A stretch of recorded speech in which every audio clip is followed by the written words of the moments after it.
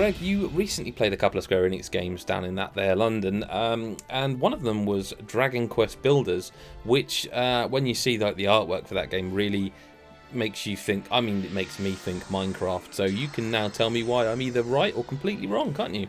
Yes, I can. I did think Minecraft as well. When I first saw it, when I first like heard it was coming out, I saw it first advertised when I was in Japan. So I was like, that looks amazing. I need to get that. So I came home. There was a Japanese demo kind of sometime between the time I was in Japan and now. And I did download that and play it. And I did think it was really good.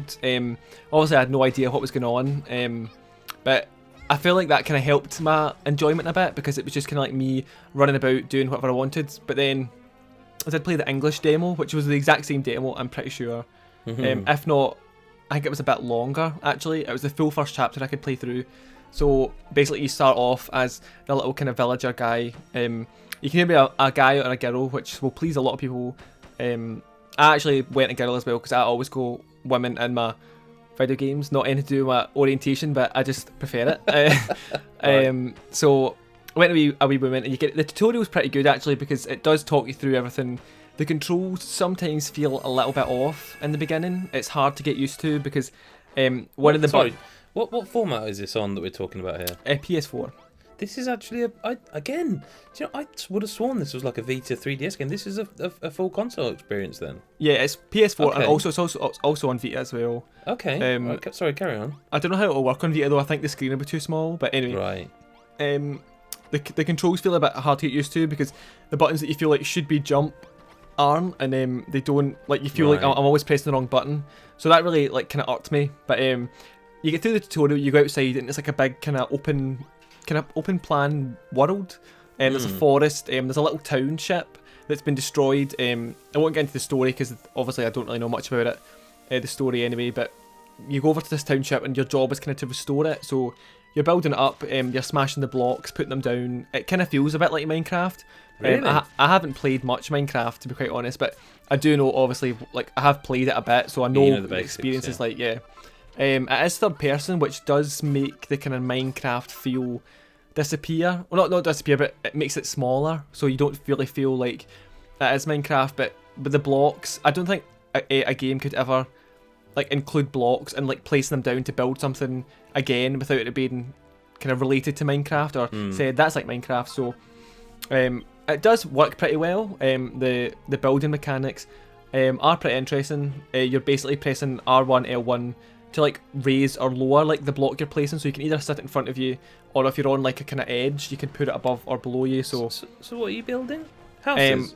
Well, houses, yeah. So a little villager comes along and she's like, can you help me build my house again? So you build her house. It looks like shit because half of it is made of stone, and the only thing you get is like dirt. I was going to say, am I correct in thinking that there's something like none of them know how to build at all, and you're the only one who does? I believe that's the concept of why you're building, sort of thing. Is that right? I think you're like a champion builder, like you're one of like the kind of hero builders that they want you to like. I think they can build things for themselves, but like I don't think they can build houses. They're a bit slow that way. So you build the house and you can like put doors in, like you put them a bed, a torch, like a fire torch, a chest, stuff like that. And like if you make them a wee house, you get like added points.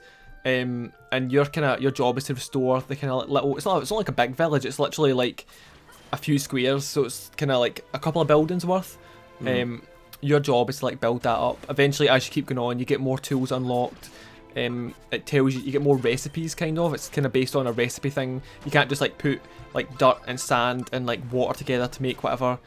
It is like recipe based. So you need like say like 3 tree branches, 2 leaves, and like 3 dirt to make, don't know, like a door.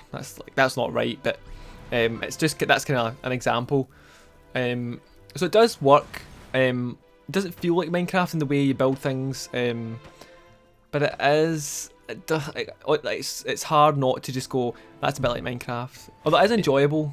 Is it not like Square? Like, you know, is it not an RPG because it's Dragon Quest? You know, and does it not feel like it's got that sort of RPG-ness to it at all? It does, but it doesn't really come through in the demo. It feels like there is like kind of like the system is built for an RPG, like collecting things and like going on quests. Like you do get quests, That's the thing. Obviously, it's Dragon Quest, but in the demo it wasn't really shown that well. You're not really getting going like hunting for things or like going into caves or whatever to get items and bring them back. It's like the only time I really ventured away from the village was to go and either gather resources that were just kind of outside the zone, and there's also one kind of quest that you go and find.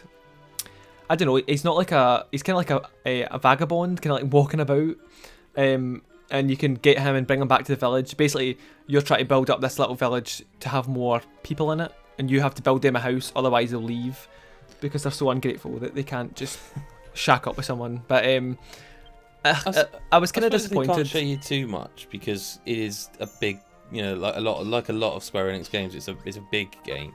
Yeah. And I suppose they have to try and get across to you what it actually is, as opposed to, and the story is this, Yeah, I wasn't really gunning for the story, but like it doesn't seem like a big world. I don't know how big it is for sure, but the draw distances, like you couldn't really see that far ahead. Even when it like zoomed out, you can get like a bird's eye view of the full map, like, and you're kind of like viewable kind of radius.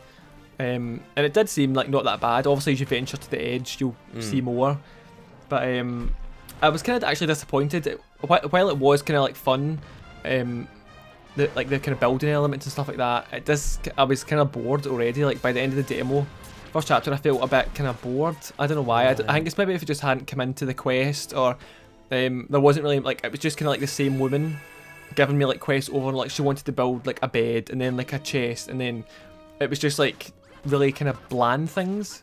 So I think maybe when it gets into the swing of it, it'll probably improve. I would like to think that anyway, because I really was looking forward to it.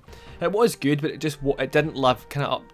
It was my own hype, really. It wasn't like hyped or anything, but it was my own expectations that it did look great. It was just good just now. I think it will come into its own once the full game is available. It seems a bit more expansive. It's just a little bit kind of restricted now in terms of your quests and your kind of RPG elements, but hey ho, we'll see when it comes out in October, I think it is. Yeah, I think it's soonish. Yeah, October 14th, I'd like to say, but maybe that's a bit. Okay. No, I feel like it is October 14th. Okay, well, I mean, if you want to ask Greg any questions, you can do so at Greg Hill on Twitter, or just at GodisaGeek, and anyone who knows will answer. Other than that, you can go and check out Greg's opinion on what he played of World of Final Fantasy at the same time. And that's on youtube.com/GodisaGeek, where you find all our video stuff. Greg, thanks for your time. Thank you. And we'll catch you in the next video. Bye-bye.